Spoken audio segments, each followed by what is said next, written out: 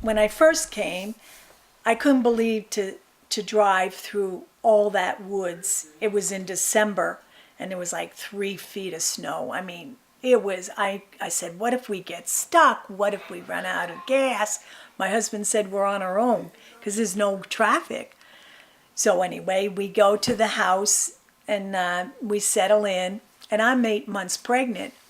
We we go for a ride at night. Well, it wasn't night, it was winter, so it was around 4 o'clock, but it was dark at 4 in the winter time here.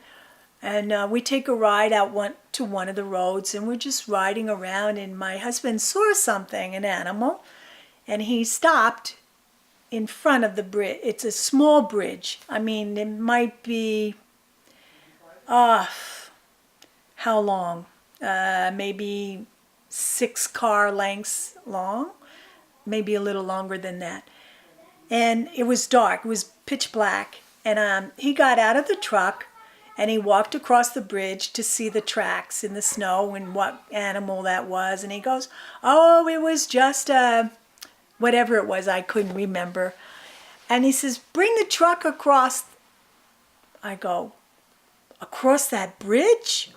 I'm not going to drive across that bridge." I said, "I might fall off." Because there's no sides on the bridge. There was no sides. There was no lights on the bridge. It was pitch black.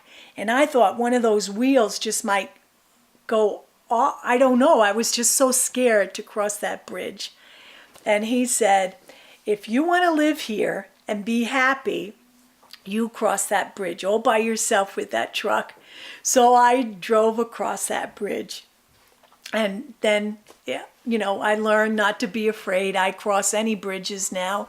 But because I was so used to in New York having sides and lights and, all our guidelines and stuff. But here there was no guidelines. You just had to keep your wheels on the track of the bridge. I mean, it was a solid bridge, but it was just scary for me. It was just one of the scariest things I did at that point to get used to living in the woods.